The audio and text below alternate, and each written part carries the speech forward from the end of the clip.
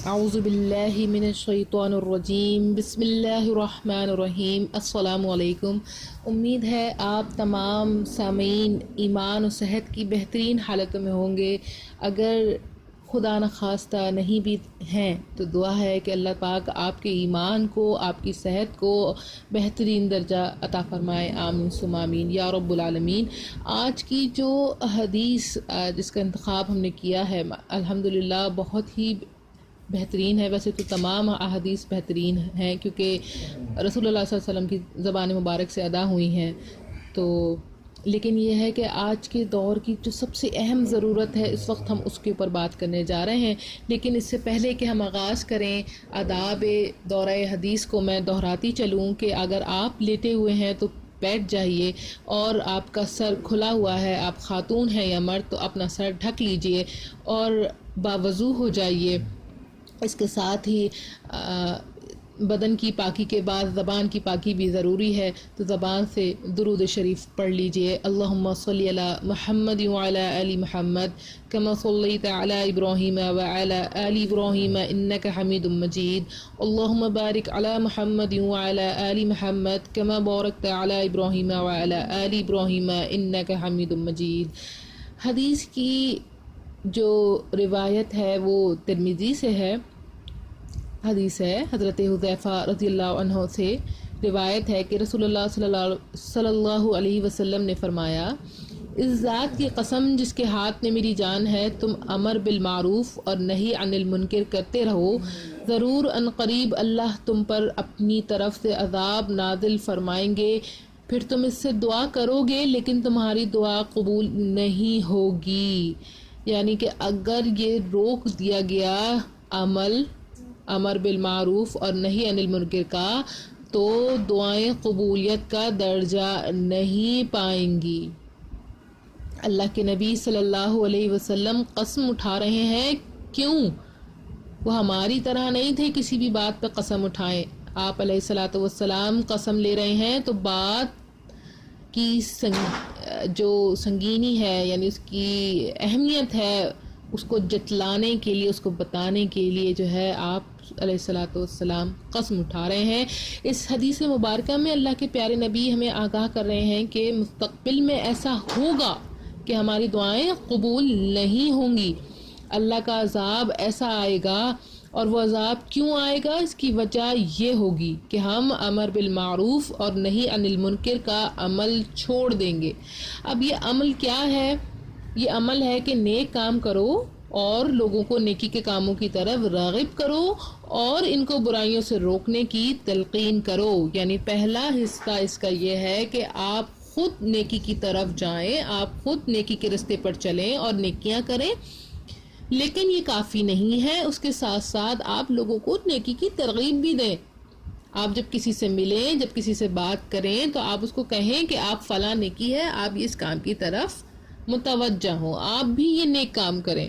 اور دوسرا کام آپ نے یہ کرنا ہے کہ جب آپ اس رستے پر چل رہے ہیں نیکی کے رستے کی طرف، تب آپ جو ہے، آپ کی نظر اگر کسی کے اوپر پڑتی ہے کہ وہ کسی غلط کام میں ملوث ہے، تو آپ اس کو روکیں، آپ اس کو روکیں، اس کو بتائیں۔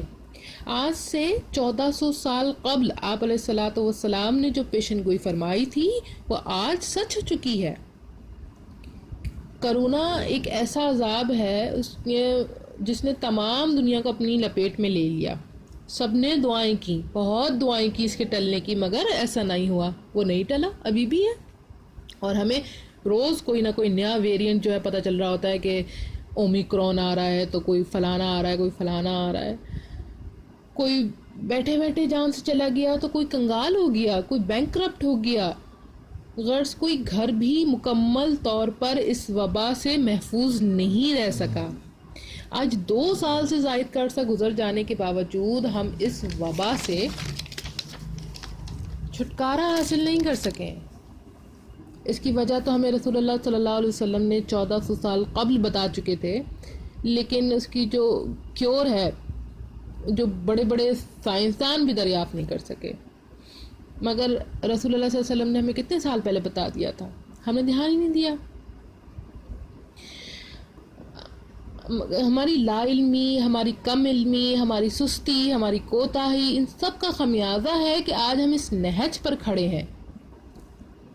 سوال یہ ہے کہ اب تو ہم اس گندگی میں گر ہی چکے ہیں نا، کہ ہم پر ایک عذاب بھی آیا ہوا ہے، وہ ہم پہ ٹل بھی نہیں رہا ہے، دعائیں بھی قبولیت کا درجہ نہیں پا رہی ہیں، مطلب ایک پبلک اس کے اوپر جو ہے وہ دعائیں ہو رہی ہیں اور پھر بھی دعا قبول مکمل طور پر قبول نہیں ہوئی ہے، کہ مطلب وہ یہی تھا نا کہ مکمل طور پہ وہ ایک بیماری ہٹ جاتی، اس سے شفا مل جاتی، سب کو جان چھوٹ جاتی، اس کا کوئی کیور مل جاتا، لیکن ایسا نہیں ہوا۔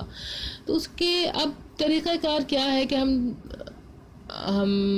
نہیں انل منکر ہم نے چھوڑا ہوا ہے، ہم نے امر بالمعروف چھوڑا ہوا ہے، تو ہم اس کو کیسے، ہم اس گندگی میں تو گر چکے ہیں، اب کیسے اسے جان چھڑائیں؟ تو اب اس کا پہلا طریقہ یہ ہے کہ گھٹ گھٹ کر موت کا انتظار کریں کہ کب کس کی موت آئے اور وہ اس دنیا سے رخصت ہو جائے، چونکہ اس وقت ہم سب کر رہے ہیں، ہم حل نہیں تلاش کر رہے ہیں، ہم اپنی ایک لگی بندھی زندگی جس میں پیسہ کمانے کے علاوہ ہماری زندگی میں اور کوئی کام نہیں ہے، ہم نے انسانی زندگی کو ایک ریس بنایا ہوا ہے کہ عمر کے اس حصے سے لے کر اس حصے تک جو ہے وہ ڈگریوں کے حصول کے لیے ریس لگانی ہے، اور پھر ابھی ڈگریوں کا حصول جاری ہوگا کہ ہمیں پھر شادی کے لیے ریس لگانی ہے۔ اور یہ صرف لڑکیوں کا مسئلہ نہیں ہے، لڑکوں کا بھی مسئلہ ہے کہ ان کو بھی جو ہے وہ شادی کے لیے اس ریس میں بھاگنا پڑ رہا ہے، ہر کوئی اس ریس میں بھاگ رہا ہے کہ اس عمر تک شادی کرنی ہے، اور اب پھر اس عمر سے اس عمر تک انہیں بچے پیدا کرنے ہیں۔ وہ بچوں کی پیدائش کا جو سلسلہ ہے کہ بھائی بچے بھی ہونے چاہیے، اور پھر اس کے بعد اگلی ایک ریس شروع ہو جائے گی کہ ان بچوں کو پالنا ہے، اور وہی ریس دوبارہ شروع، وہی جو آپ نے ریس چلی تھی وہی آپ کے بچے ریس چل رہے ہیں، اور پھر اس ریس کا جو نتیجہ ہے وہ یہ ہے کہ at the end of the day آپ مر جاتے ہیں۔ کیا ملا؟ آپ نے ایک گھوڑے کی طرح جس کی آنکھوں پر ایک چمڑے کا ٹکڑا لگا دیا جاتا ہے اور وہ صرف سامنے دیکھ کر اپنے رستے پہ دوڑتا چلا جاتا ہے، نہ دائیں دیکھتا ہے نہ بائیں دیکھتا ہے، اور وہ بھاگ رہا ہوتا ہے، مسلسل بھاگ رہا ہوتا ہے۔ آپ بھی ویسے ہی بھاگ رہے ہیں۔ انسان کو، خصوصاً مومنین کو، جو زندگی کا طرز عمل سکھایا گیا ہے کہ کس طریقے سے کس طرح سے زندگی گزارنی ہے، وہ قطعاً یہ نہیں ہے جو ہم جس پر عمل پیرا ہیں۔ انسان کو جینے کا جو خوبصورت طریقہ جو اللہ اور ان کے رسول صلی اللہ علیہ وسلم نے بتایا وہ ہے امر بالمعروف و نہی عن المنکر، یعنی اچھے کام کریں اور ان اچھے کاموں کو دوسروں کو بھی بتائیں کہ یہ اچھے کام ہیں، آپ کو بھی یہ کرنے چاہیے ہیں، اور برائی اور برے کام اگر کسی کو کرتے ہوئے دیکھیں تو اس سے روکے رکھنے کے لیے اس کی جدوجہد کریں، اس کو کہیں کہ بھائی یہ غلط کام ہے، یہ آپ نہ کریں۔ پہلا جو آپ طریقہ کار استعمال کریں گے جو سب سے جو بڑا درجہ رکھتا ہے اس میں، وہ ہے ہاتھ سے روکنے کا، یعنی آپ طاقت کا استعمال کریں۔ یعنی اگر آپ کی کوئی اولاد ہے، آپ ٹیچر ہیں، آپ کیا کہتے ہیں، کوئی ایسا درجہ رکھتے ہیں اپنے علاقے میں جہاں لوگ آپ کی بات کو آپ کے مرتبہ ہے، آپ کا ایک درجہ ہے وہاں پر کہ آپ کی بات کو مقدم رکھا جاتا ہے، تب وہ آپ کی ذمہ داری ہے، آپ وہاں بڑھیں اور آپ اس برائی کو روکیں۔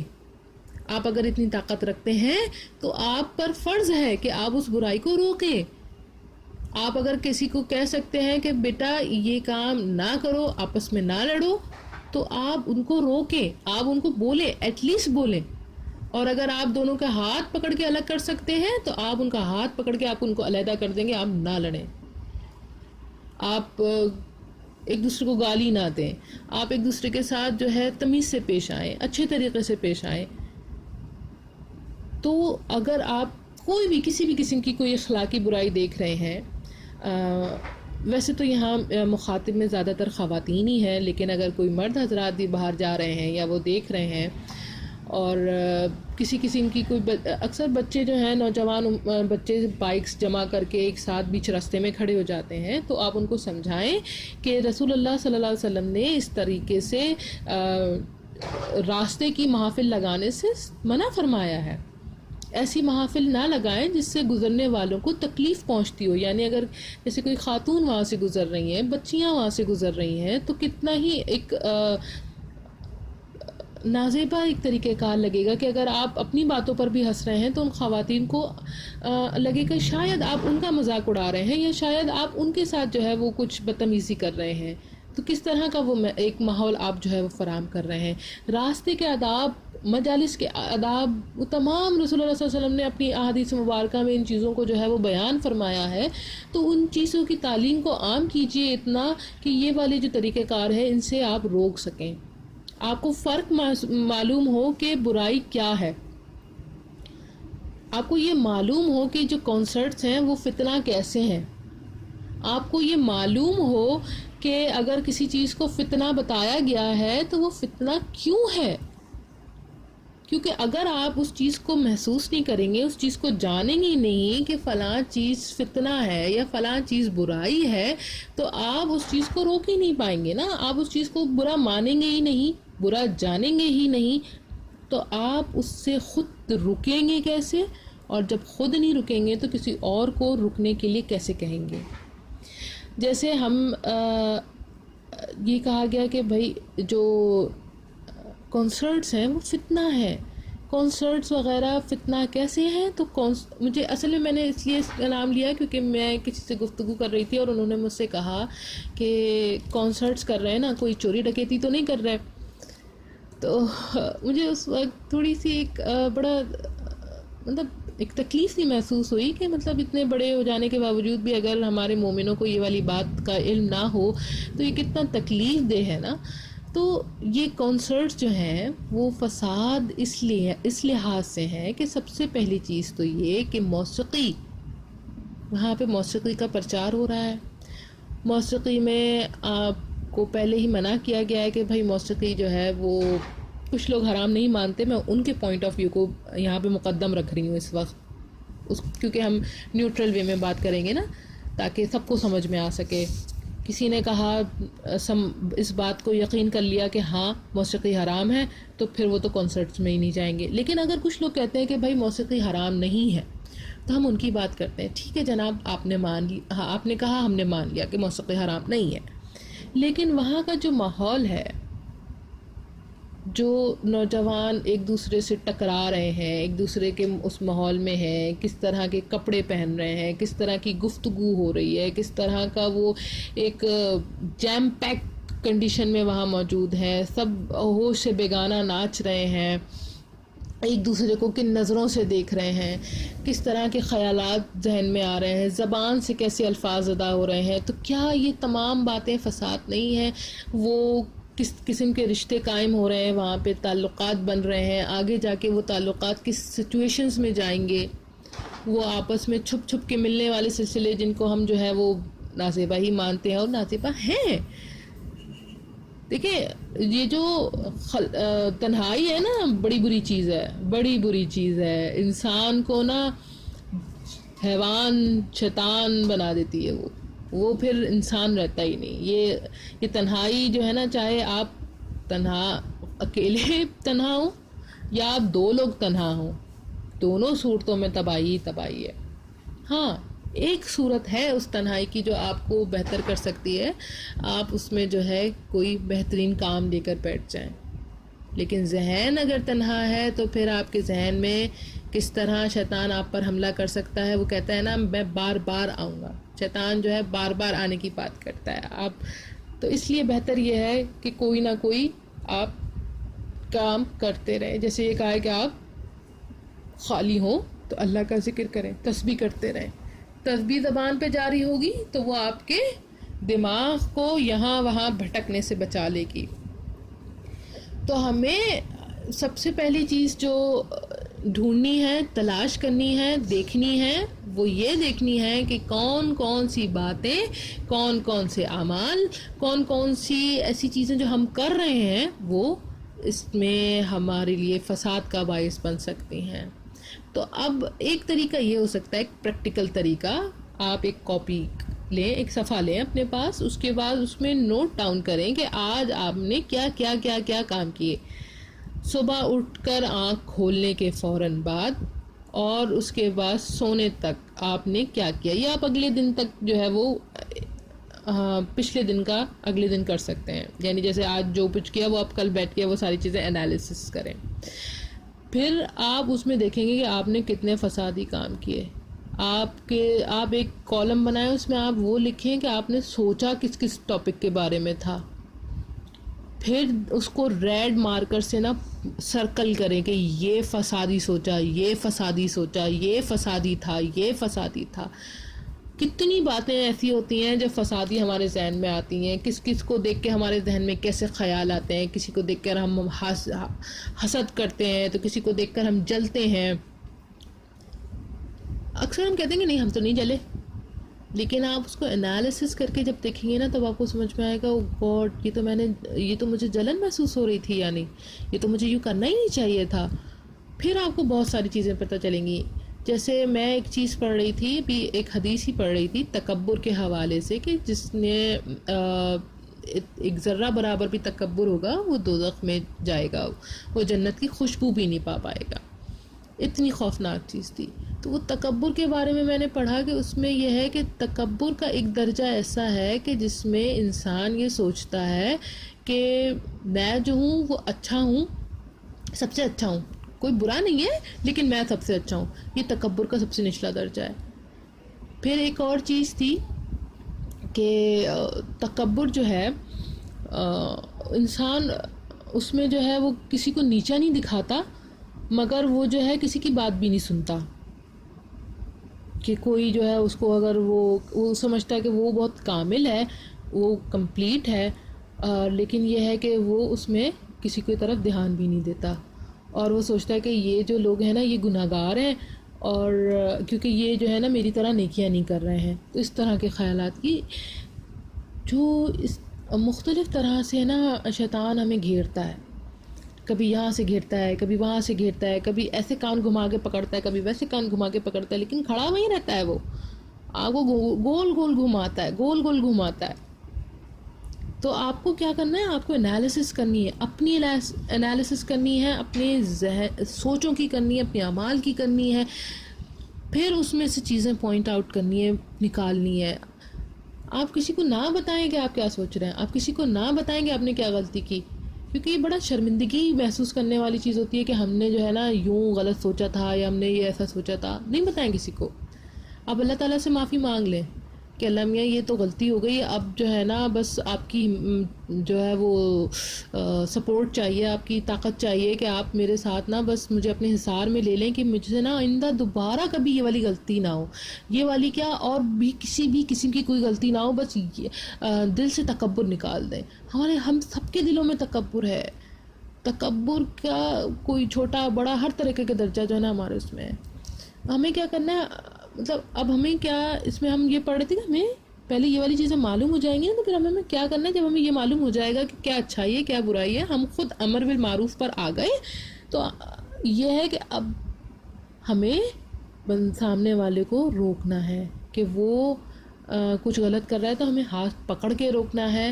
ہمیں اگر کوئی ایسی سچویشن ہے جہاں کسی کو مار پیٹ کر کے تھپڑ مار کے روکنا ہے، جیسے اکثر جھگڑے ہوتے ہیں سڑک پر، کوئی کسی کو مار رہا ہے تو اس کو ہٹانے کے لیے ہو سکتا ہے آپ کو تھپڑ مارنا پڑ جائے، تو اس صورت میں بھی آپ کو جو ہے وہ آپ کو ہاتھ اٹھانا ہے. لیکن وہ ہے کہ اگر آپ کر سکتے ہیں، یہ سب سے بڑا درجہ ہے. اس سے جو نچلا درجہ ہے وہ یہ ہے کہ آپ زبان سے کہیں، اب کہیں خبردار جو تم لوگوں نے لڑائی کی، یا خبردار جو تم نے یہ گندگی پھیلائی، یا خبردار، مطلب کوئی بھی آپ اگر زبان سے روک سکتے ہیں، یا آپ پیار سے کہہ سکتے ہیں کہ بھائی دیکھو بیٹا ایسے کام نہیں کرتے، یا دیکھو بھائی دیکھو بہن ایسے نہیں کرتے ہیں.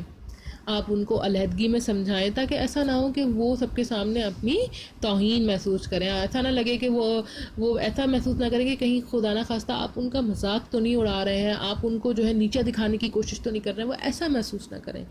حتی الامکان کوشش کریں کہ آپ کا لہجہ بہت خوبصورت ہو، آپ کے الفاظ بہت مناسب ہوں.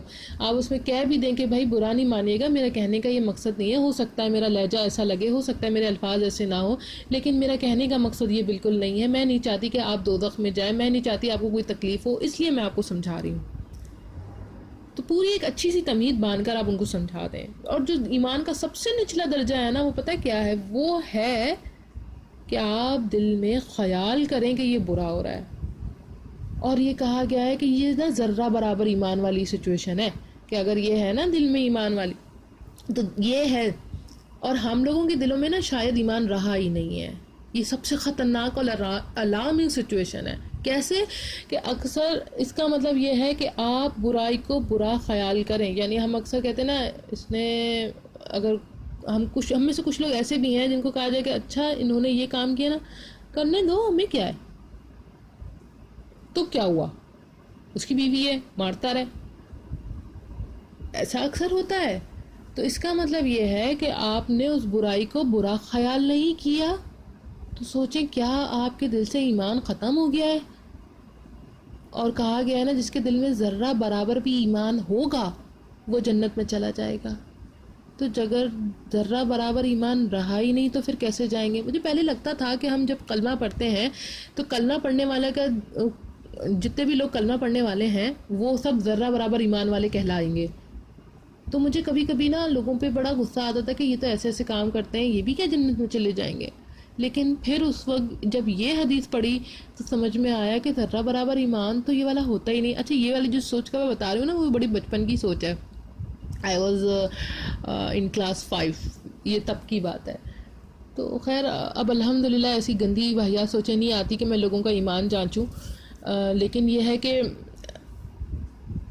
ہم جب کسی برائی کو اس طریقے سے سوچتے ہیں تو ہمیں اپنی انالیسس کی ضرورت ہے کہ کیا ہمارے دل میں ذرہ برابر ایمان باقی بچا ہے یا نہیں. تو اس کے لیے یہ والی چیز ہے کہ ہمیں یہ کرنا ہے. تو اب یہ ہے کہ اس کے ساتھ ساتھ